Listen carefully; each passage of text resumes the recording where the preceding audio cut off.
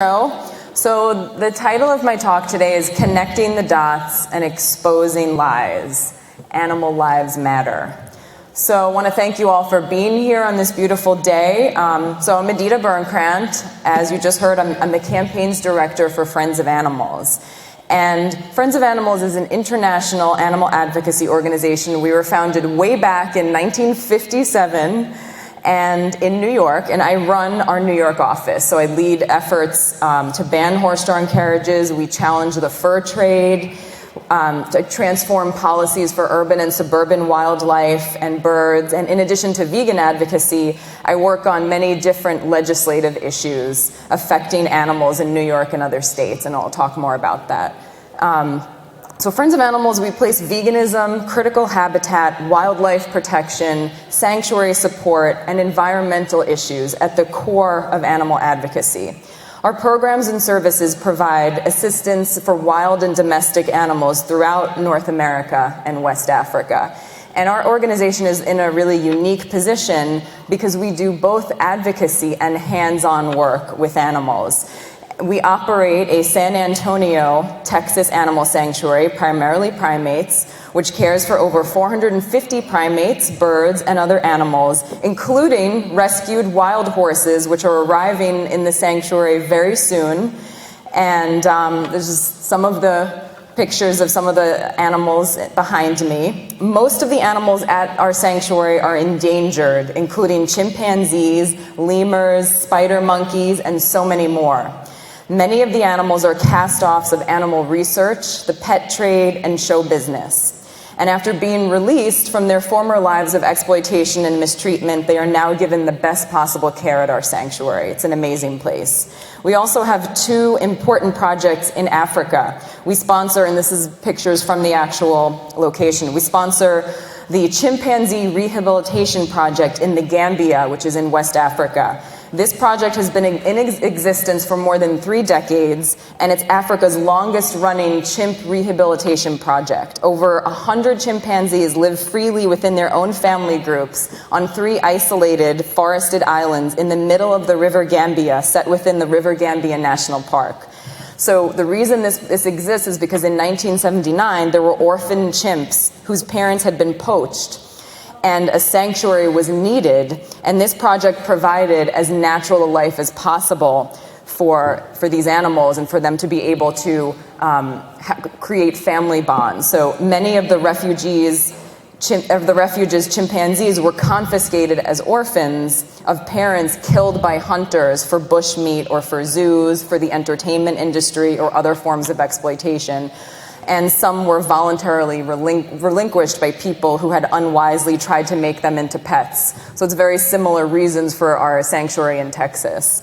So now there are generations of chimpanzee families, 4 separate social groups, living as they are meant to be, and then having the freedom to explore and travel in the forest, in the woodlands, in the swamp savannas of the islands. And they are monitored and supplemented. Their feeding is supplemented, and emergency interventions are made when needed, but otherwise they are left completely alone and protected from human intervention or harm. And the islands are also in the habitat of manatees, hippos, and highly endangered red colobus monkeys. So our second project in Africa, I just want to briefly talk about, it funds the protection and recovery of 3 endangered African antelope species. FOA has been instrumental in establishing and maintaining a recovery program for the scimitar horned oryx and dama gazelle in Senegal. And we've worked with Senegal's National Park Agency to restore these animals to 2 reserves managed by the agency.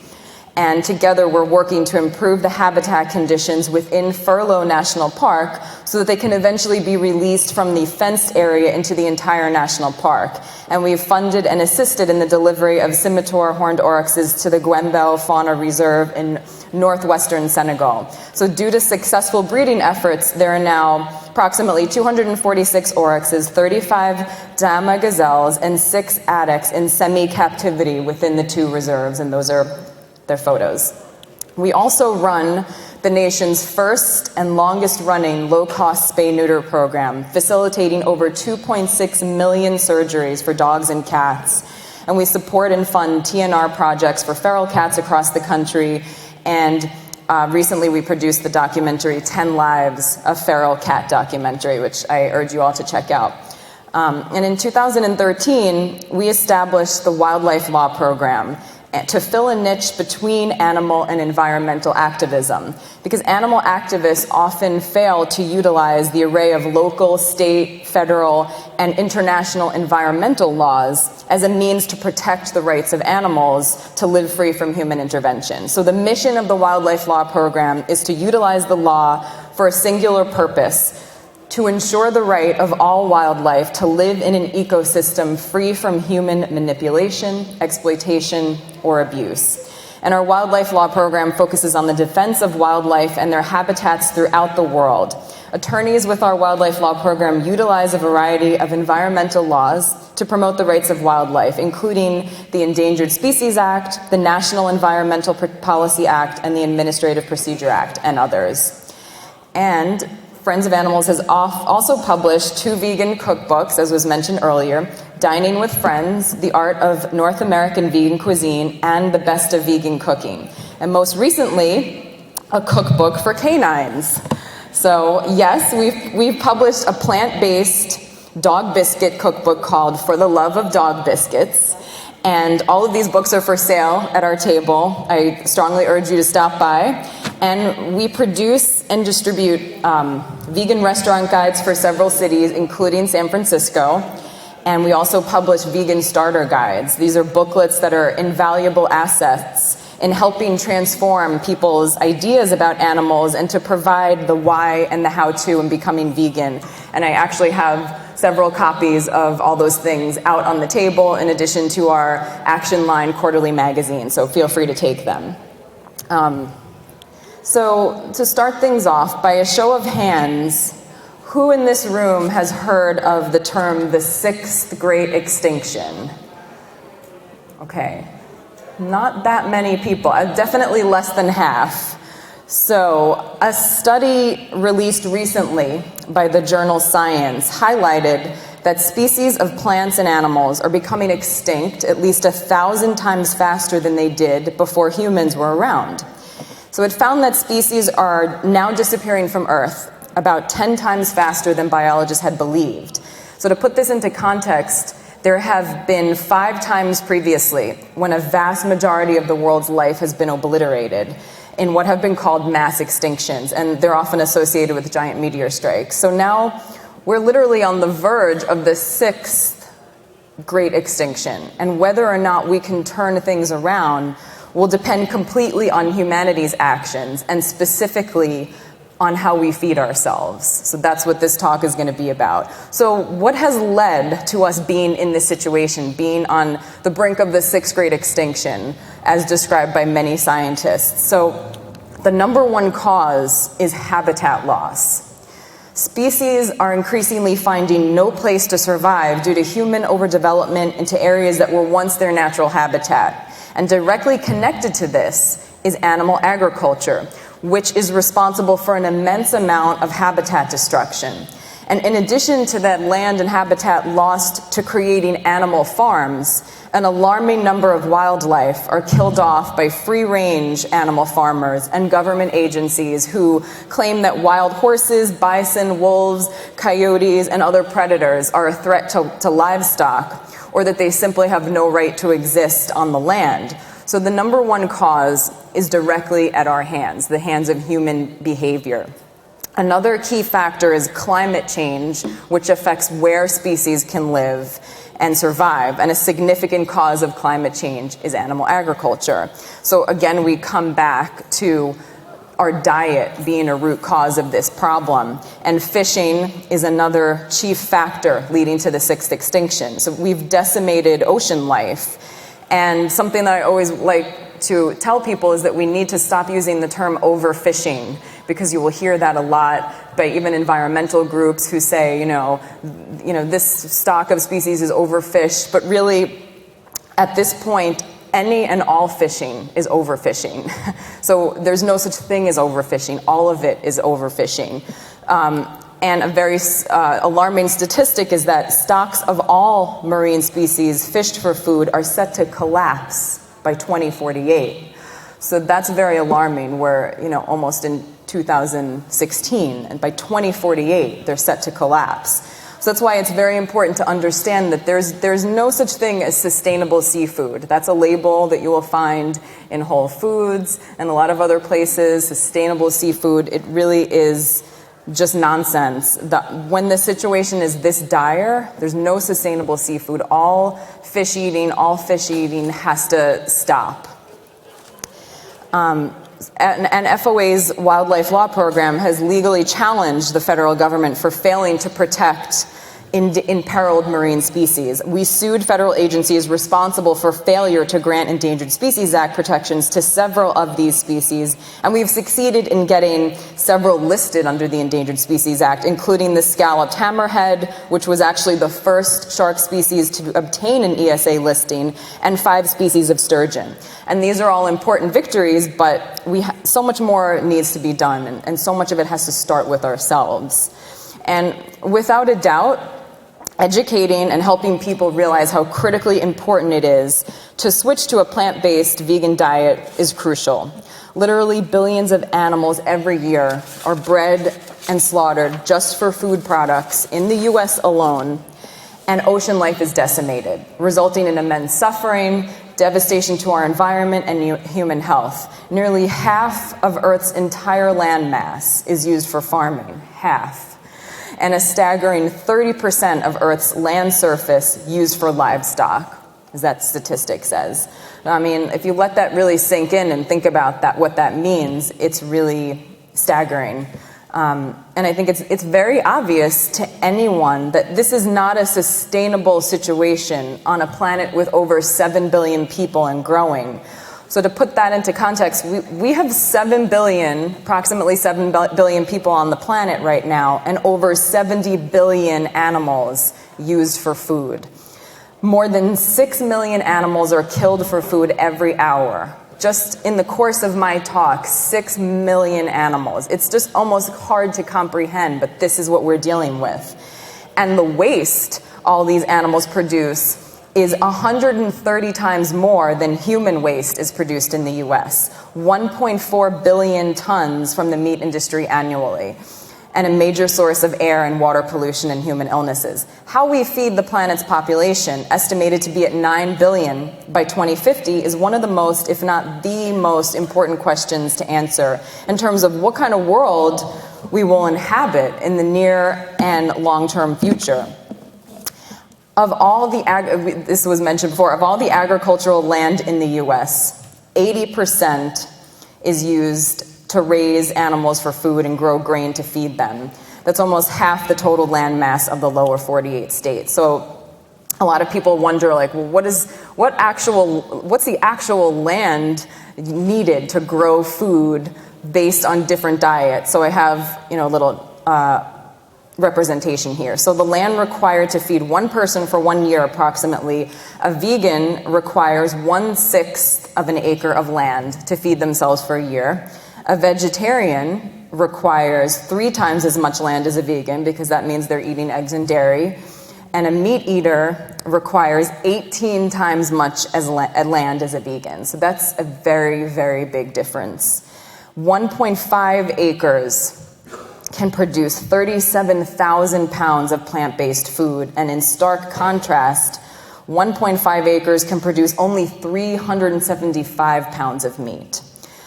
In terms of weight, if you can envision the weight of animals versus humans on the planet, the percentage of tons of the planet taken up by humans and livestock versus wildlife is almost unbelievable. I couldn't believe it when I read it. But so there's 425 million tons of humans and livestock combined, and only 10 million tons of all wildlife on the entire planet.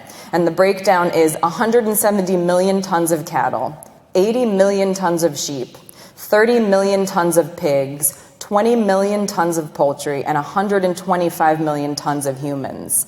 And this should really shock all of us, especially because wildlife numbers are dwindling every day, and we're in a crisis. And the issue of water, of course, is something everyone's very familiar with, especially in California and in the western states. And the water footprint of food is something that's being talked about a lot more. But I think there's a lot of misinformation out there and fingers pointed at the wrong industries like almonds, which is laughable when you look at the statistics. So it takes 2,500 gallons of water or more to produce 1 pound of beef, and it takes 1,000 gallons of water to produce a gallon of milk. So throughout the world, humans drink 5.2 gallons of water, 5.2 billion gallons of water, and eat 21 billion pounds of food each day. But worldwide, just cows drink 45 million gallons of water and 135 billion pounds of food each day. So this just shows, the difference that all of the animal products have a huge water footprint. Some are higher than others, but they're all extremely high. And on the other end, all of the plant-based foods are vastly lower. Even, I know almonds aren't on here, but they're still much lower than any of the other ones. So meat and dairy industries use 30% of the entire world's water, 30%. And, as I said, we're all aware that Western states are enduring a severe drought. And California reportedly has only 1 year of water left, and you're enduring the worst drought in your history. And as was mentioned before for the question, over 50% of the water supply is used by animal agriculture. And one of the culprits that isn't talked about enough in the media or by scientists, because they've been demonizing almonds more, but is alfalfa. And that's grown on over 1 million acres in California, and it sucks up more water than any other crop in the entire state. And it has one primary destination. Who wants to guess? Cattle. Actually, that's good. China is important too. Cattle in China.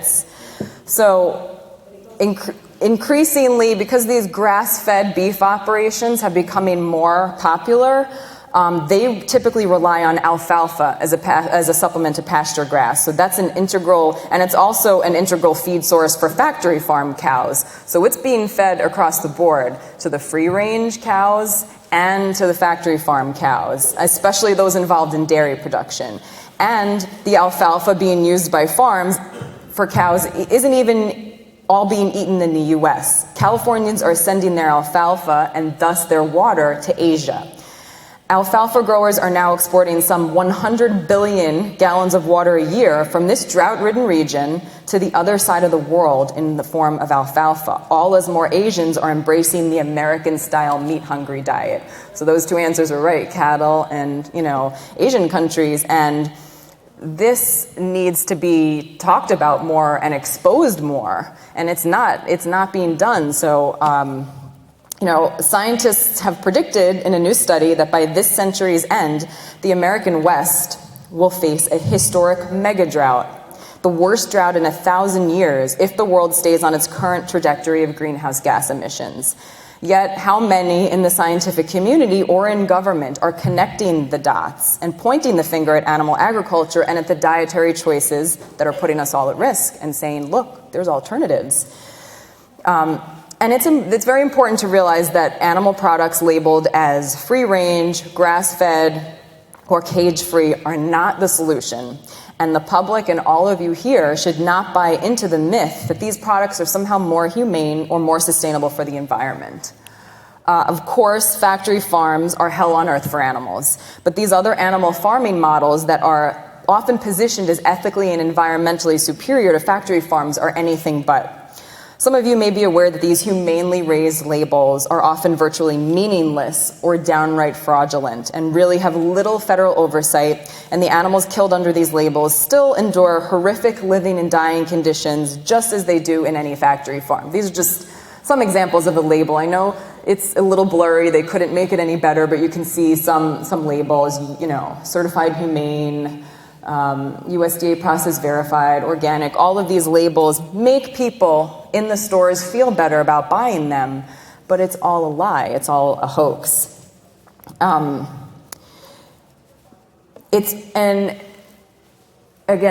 the companies decide independently what to call humane. The USDA just puts a stamp on it, and people and the public can then feel like when they go into Whole Foods that they're being conscious consumers by eating these animal products, but really they're just part of the problem and in a way creating another problem.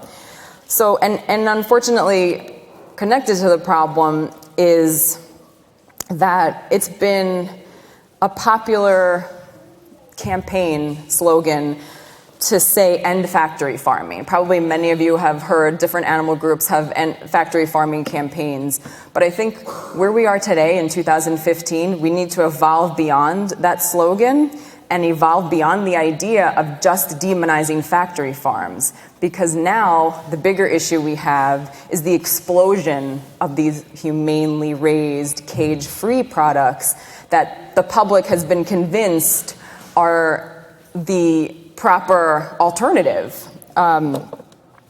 So when we're asking to end something, what are we advocating should replace it? So that's the important question. And as I said, many consumers have translated the end factory farming message to be, buy humane meat, buy humanely raised animal products. But of course the problem with that is we all know there's no such thing as humanely raised and killed. But the public is being duped into believing there is. And the message being given to the public is you can be an animal rights activist by eating animals exploited and killed if they have the proper label on them. And the demand for free range and pasture grazed animal products grows, and it really is growing, so does the demand by ranchers for more livestock grazing areas. And it's simply not possible to produce the amount of animal products that the public currently demands by switching from factory farms to free-range farms. Just as an example, if we raised all the cows in the United States on grass, it would require using half of the country's land, half of the land just for cows. So we see how practical that is. And substituting free-range grazing practices for intensively confined animals would drastically increase the already alarming levels of wildlife habitat loss and species endangerment or extinction. There is just absolutely no way to do it that doesn't destroy the environment and wipe out other species. That's not an opinion, it's a fact. The only sustainable way to feed over 7 billion people is through a plant-based diet. So our goal has to be to lessen the demand and to shift people away from eating animal products, regardless of whether those products come from factory farms or free-range farms. And if you've ever been inside a Whole Foods market, probably all of you have, right?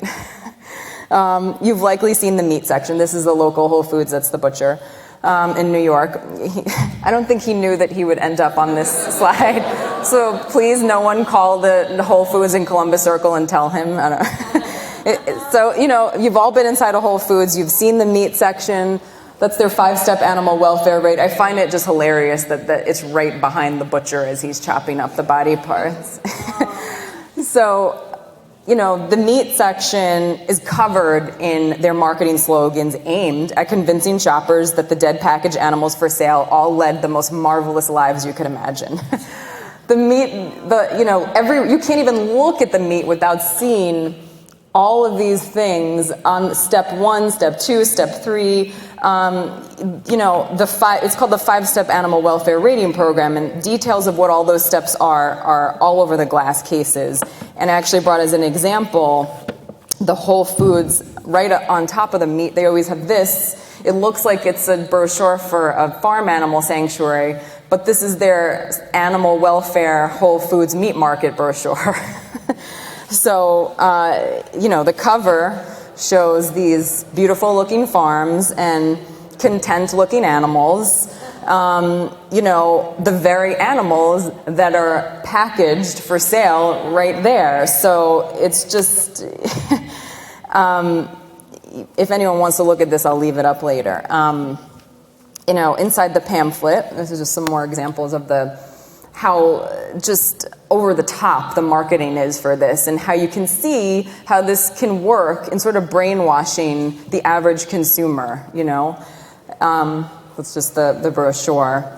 And inside the pamphlet is this description about the Global Animal Partnership and its connection to Whole Foods' 5-step animal welfare rating program. So, they are promoting the fact that they have approximately 1,900 operations that supply Whole Foods market, raising more than 147 million animals that are certified and sold here. And that sounds like a lot, but that's not the total number of meat and animal products sold at Whole Foods. That's just the ones sold under their 5-step animal welfare rating program. And the truth is that with the popularity of Whole Foods, they're opening up all over the country. They've really become one of the country's largest meat and animal product sellers of the Happy Meat and the Humanely Raised label. And the humane meat products and cage-free eggs are becoming ubiquitous, and new Whole Foods markets are popping up everywhere, and Trader Joe's and many other markets now sell Happy Meat products as well. So that's why it's very easy for the public to believe, thanks to misleading, fraudulent marketing labels and the confused messages from some animal advocacy groups, that they can continue to eat all the meat, dairy, and eggs that they want and still be making a compassionate, sustainable, environmentally correct choice. These are actual photos from, everyone probably knows Nyman Ranch in Northern California. That's like one of the most well-known humanely raised animal farming companies. So they like to use the word compassion for their animals. The truth is that all of those products being sold, by portraying them as humane, by using the word compassionate, by having the owner of Nyman Ranch holding, the lamb that's going to be slaughtered, this is the truth. This is how they end up at the stores. And the problem for us as animal advocates is that we have to expose this and scream the truth from the rooftops that this is not the direction the public needs to go in. Not only is it just a hoax and fraudulent in terms of the idea that there's a way to humanely raise and slaughter millions and billions of animals, that's a lie, and most of us here know that, and if you don't, I'm going to tell you it's a lie. But also the other side of it that I think even a lot of vegans and animal advocates aren't aware is that there's the issue of land and how that affects wildlife in terms of these other farming models like Nyman Ranch. So as it is, the rapidly expanding human population is constantly reducing the amount of land available for farming, as well as rapidly deforesting the small percentage of wildlands that actually do remain. So producing humane animal products requires at least double the amount of land required for the industrialized style of farming adopted in wealthy countries over the last several decades. In some cases, it takes several times more land to convert to so-called humane methods.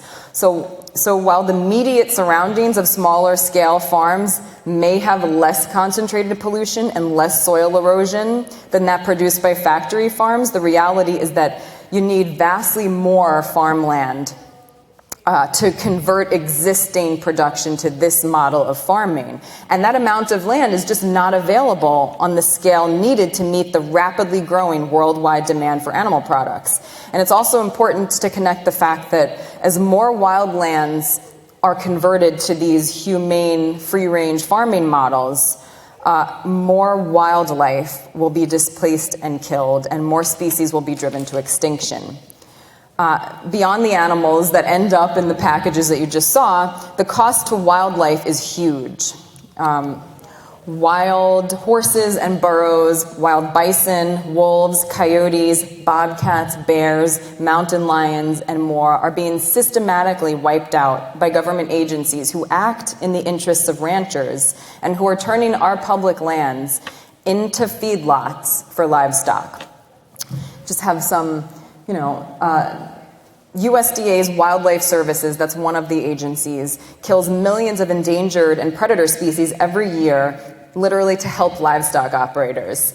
Some of the gruesome methods used for killing these animals are poisons, steel jaw leg hold traps, strangulation neck snares, denning, which is the killing of coyote pups in their dens, hounding, shooting, and aerial gunning. of wolves at an annual cost to taxpayers of over $115 million.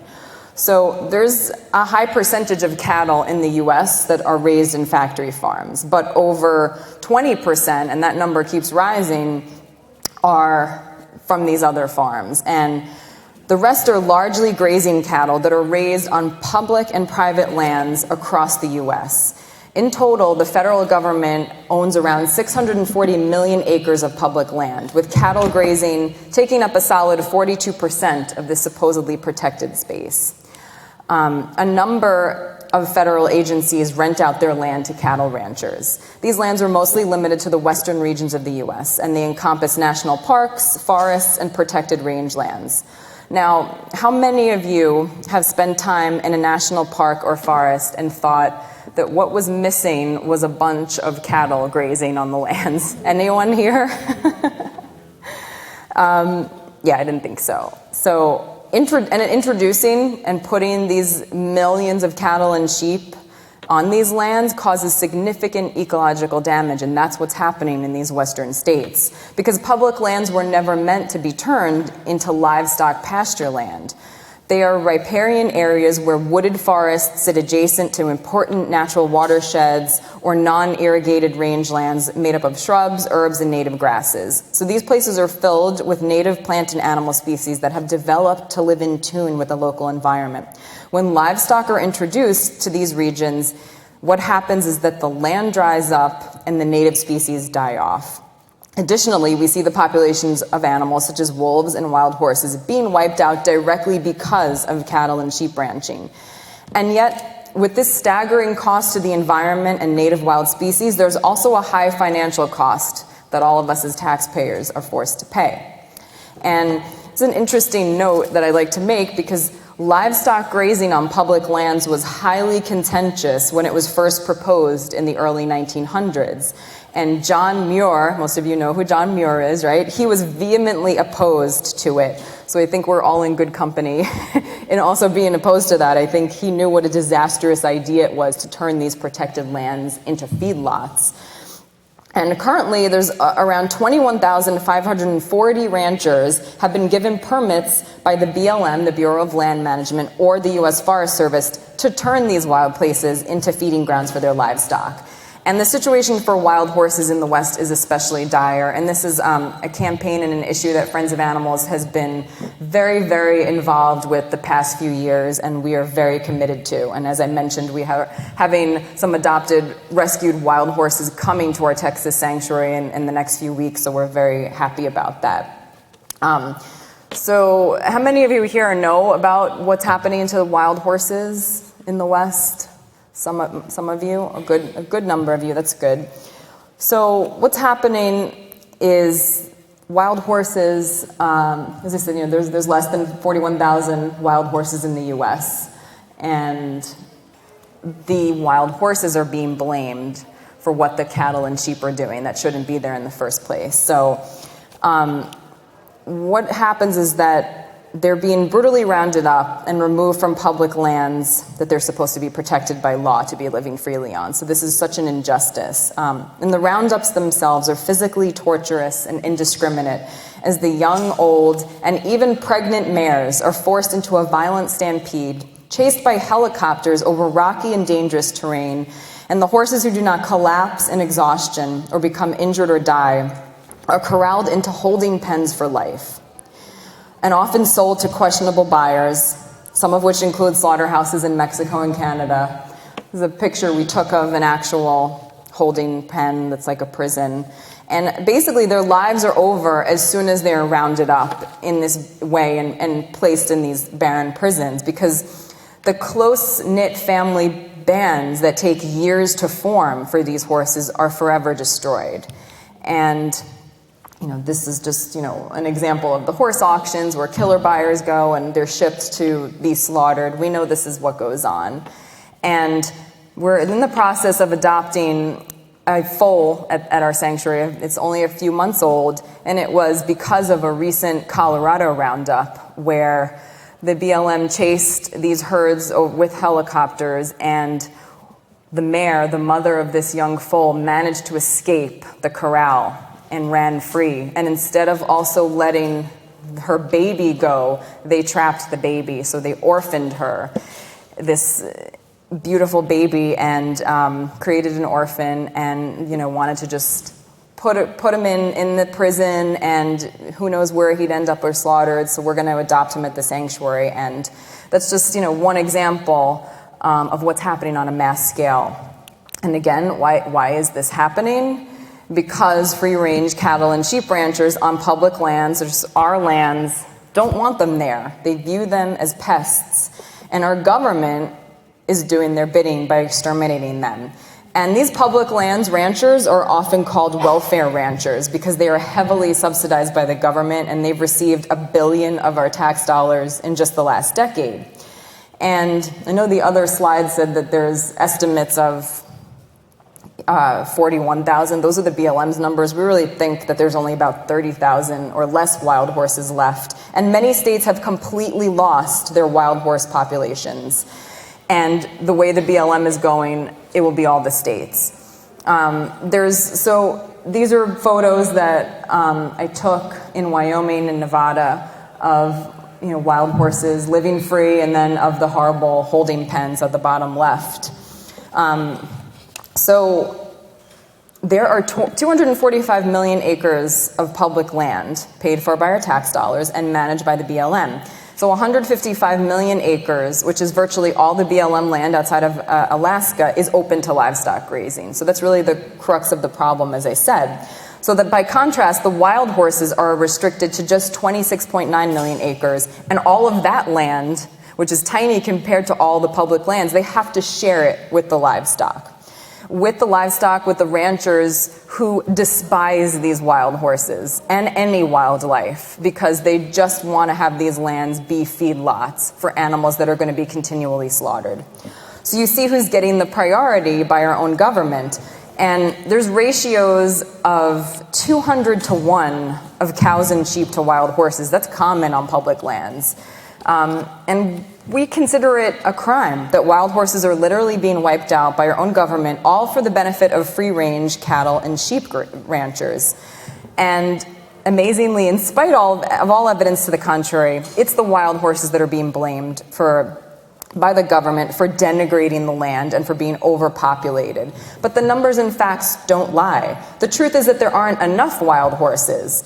All of the herds managed by BLM are at such low numbers that they're not genetically viable, meaning they will be managed to extinction. So that's the road that they're on. And, I've observed these wild horses living free in the family bands in different Western states, and it's just an amazing sight. I urge all of you to do that if you can. But it's one that just is not going to be here for future generations if things don't change. And, I've seen the wild horse holding pens, the prisons where they end up, where after they've been ripped from their families, and more of the horses are there than living free. And as I said, we're very involved in the wild horse issue at Friends of Animals. We're legally challenging roundups. We had a recent legal victory in Nevada, where we stopped a roundup of hundreds of horses in the Pine Nut Mountain Range from happening. Those are the actual horses that would have been rounded up and ended up dead or in prison. And we're filing other lawsuits. We've legally petitioned the government to list wild horses under the Endangered Species Act, and we're going to continue with that effort because we really believe that the only way to save this historic species from extinction is for them to be granted Endangered Species Act status so that the roundups and removals would not be allowed to happen. And they are an endangered species. And all federal and state public lands should be preserved exclusively for wildlife. But the opposite is the reality today, where ranchers graze millions of cattle and sheep at a devastating cost to the environment and to the wildlife being wiped out in the process. So the reason I went into, so much detail just about this one species of wild horses is because this is really the true face of free-range farming that many people are completely unaware of. And if you leave here with nothing else today from my talk, remember that in every package of the Happy Meat at Whole Foods or the cage-free eggs or the grass-fed milk. There's wildlife. There's dead wildlife. There's wolves, there's coyotes, there's wild horses, there's bison that are in there. That's just considered collateral damage. And if you buy it and if you consume it, then you're part of the problem.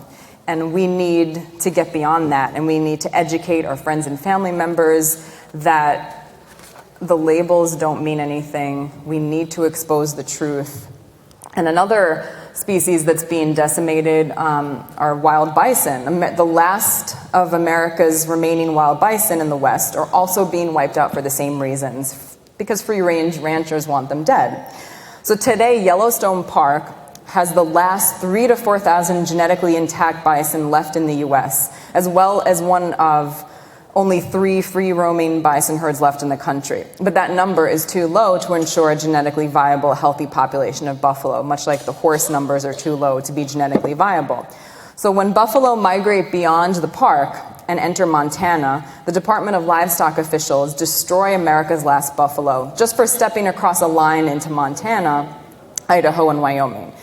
And we've been working, we have had a legal effort underway to also try to change this situation for the wild bison, and it's another issue that we are committed to.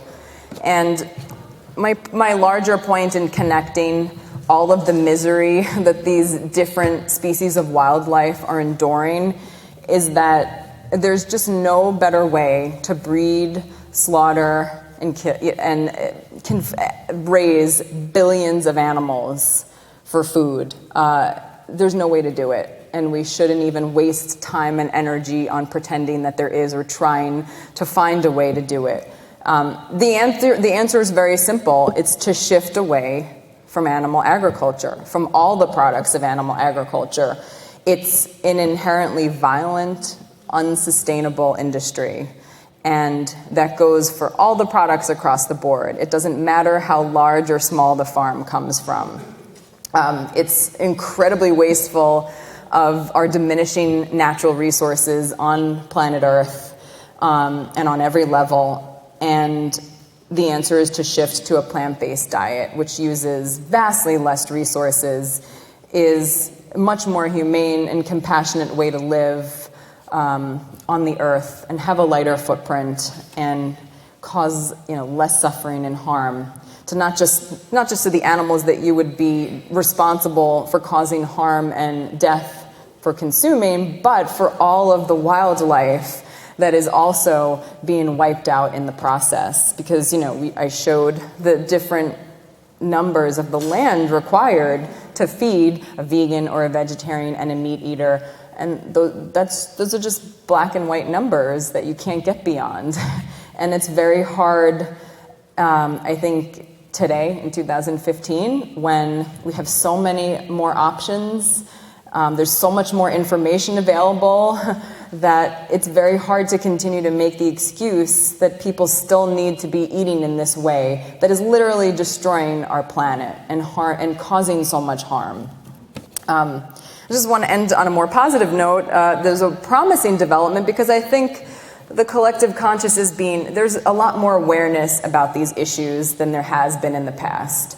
But I think we all still need to do our part to, get more information out there. But for the first time ever, a federal panel that helps set federal dietary guidelines recommended Americans eat less meat because it's better for the environment. The Dietary Guidelines Advisory Committee, which is a federally appointed panel of nutritionists, decided for the first time this year to factor in environmental sustainability in its recommendations. And they include a finding that a diet lower in animal-based foods is not only healthier, but has less of an environmental impact.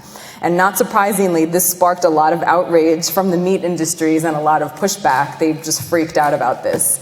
In its review of scientific studies, the committee highlighted research concluding that a vegan diet has the most potential health benefits. Quote, the organically grown vegan diet also had the lowest estimated impact on resources and ecosystem quality. And beef was the single food with the greatest projected impact on the environment.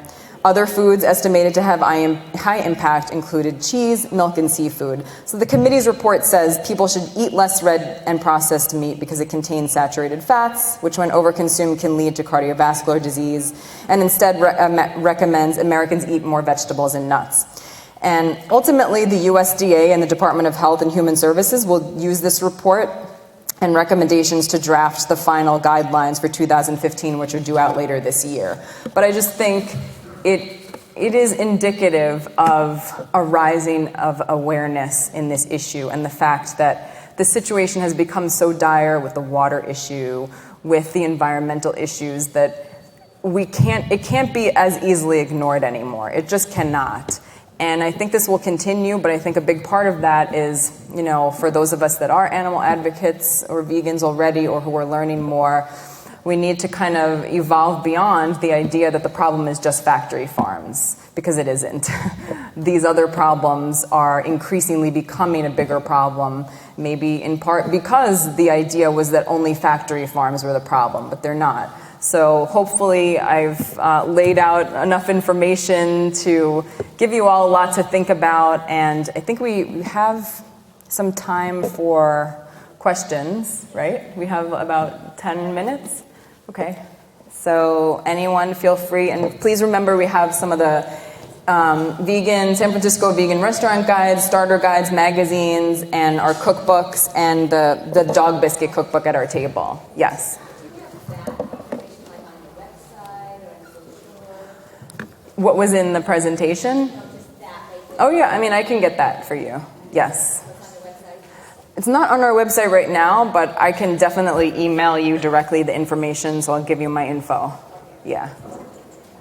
Does anyone else have?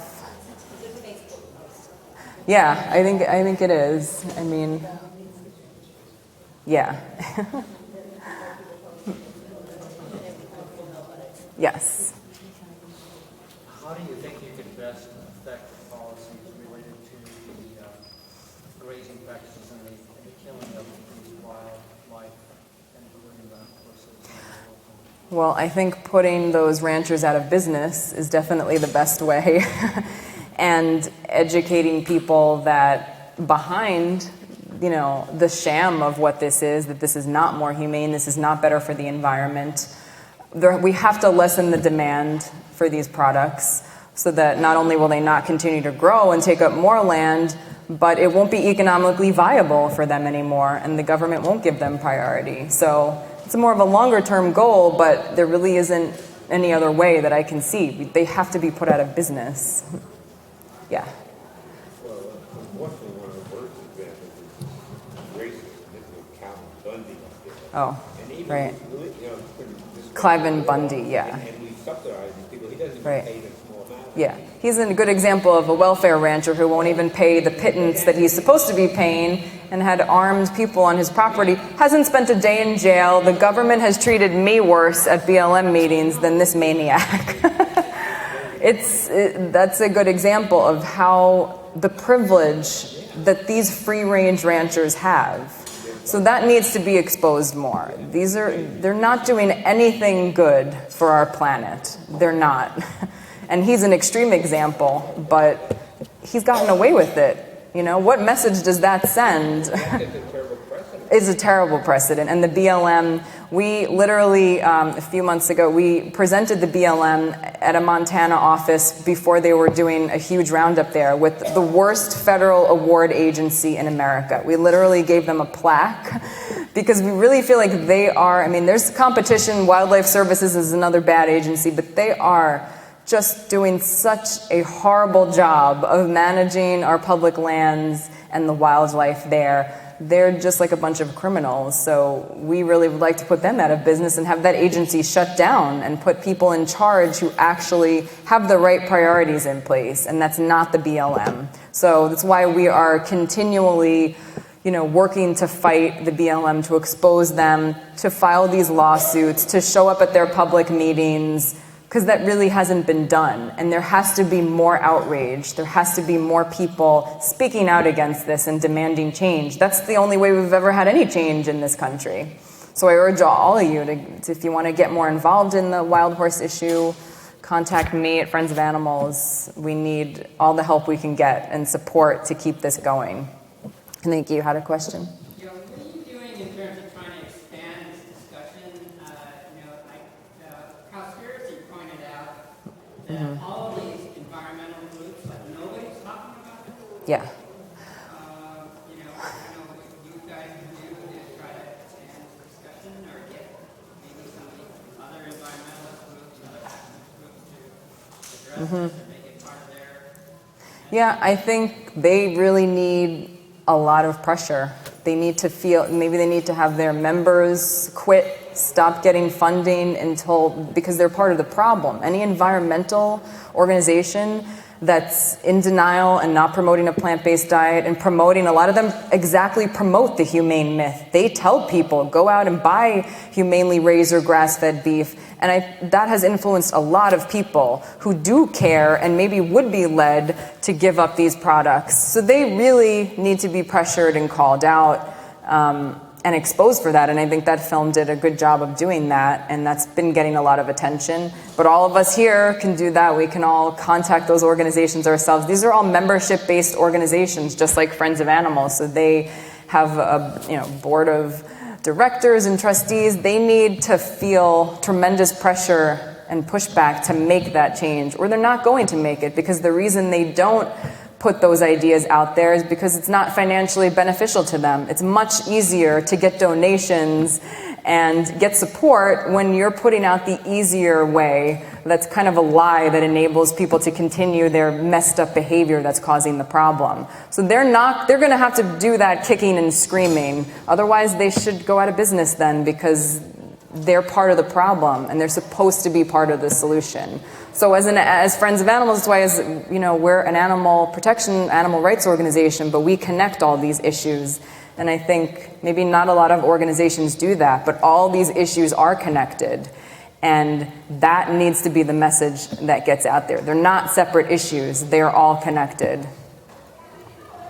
Yes.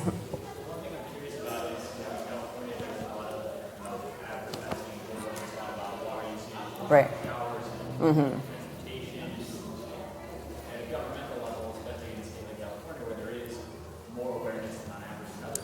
Animal rights issues, and a lot of different people are bringing those issues to the attention of the government they're so ignored. Have you seen examples where other messaging has reached those people and they've been influenced, or how, when these people have this information available and choose to act differently, how have you found effective, or what have you seen that's been useful in changing that policy? You mean specifically about water usage? Well, just in general, the sort of economy of awareness that they know that agriculture is a huge part of the Right. Mm-hmm. But all of the outbound messaging and all the policy setting focuses on transportation. Right, yeah.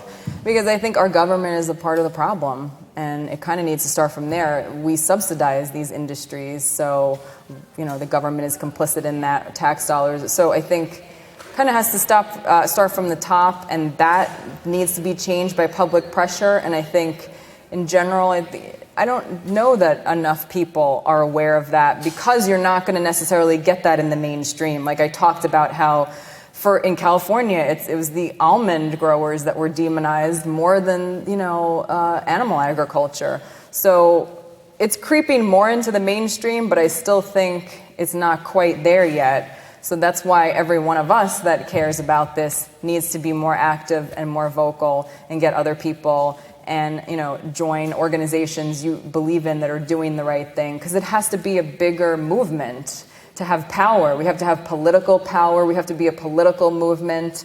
That's how laws are changed, policy is changed. That's the only way it happens. And it doesn't have to be a majority of the country, but it has to be a high enough percentage that have that political and social power. And that means, organizing, community organizing, and forming that powerful block. So I don't know that that's the easiest answer, but it's kind of a larger answer, because I think that is the way. I think there was... 20%, right? 20% right, to start a revolution. Yeah, and I think there's, I'm happy to see so many people at this conference. I think that's a great sign. So many people that are attracted to learning about vegetarianism, veganism, and animal rights issues. And really, that's the way we change the world, one person at a time. And, did you have someone was raising their hand? No? Oh, yeah. Comment on the Save Our Water campaign. Yeah. I do see, I follow their Facebook page, and a lot of people do post. There's a few people, myself included, regularly post things, trying to get the word out about animal agriculture. And get people talking about it. And they end up reading and blocking me. Right. Yeah, I think however we can kind of disrupt the status quo in that way, whatever your comfort level is, posting comments on articles, showing up at community or public meetings where these things, getting as involved politically and socially as you can to get that message out there, to be like the ambassador for that message, because maybe that will reach someone and, plant the seed and make the connection. So I think we all kind of have to get past our own comfort levels sometimes and put ourselves out there more to get that message out there. Yes. I was going to just get her one. Yeah, sorry. If I could just add one thing. When the lives of wild horses were worsened, it was during the Bush administration when he put Ken Salazar, a cattle rancher, in charge of the Interior Department. So your new president, you don't want that person to Right. be making cabinet appointments where a cattle rancher is the head of the Interior Department. That sets all of this ruin in motion, and it makes the meat industry really in charge of the government. So we have a great opportunity Right. the year ahead to get a president that is going to be more mindful of cabinet appointments, and you want to start with the Secretary of Interior. Yeah, that is. Obama simply adopted all Bush's appointees as regards to the environment. So I'm optimistic. So everyone better get out on voting day. Being, politically involved, I mean, that's a big part of it, a huge part of it. Yes. My friend Hope Bohannon out here from the Yeah. Agricultural Concern. Yeah. I don't know if you read her book. Yes. The Ultimate Betrayal. The Ultimate Betrayal. That is really the definitive book about Right. Yep. that, all animal murder. Yeah, and that's the truth. So, that's what's, all of you here are aware of that, or we need to just do everything we can to get that message out there, because it's just, this is a social justice movement, and when you see all these injustices happening, we have to do what we can to change them. So I think we're out of time, but thank you all. Appreciate everything.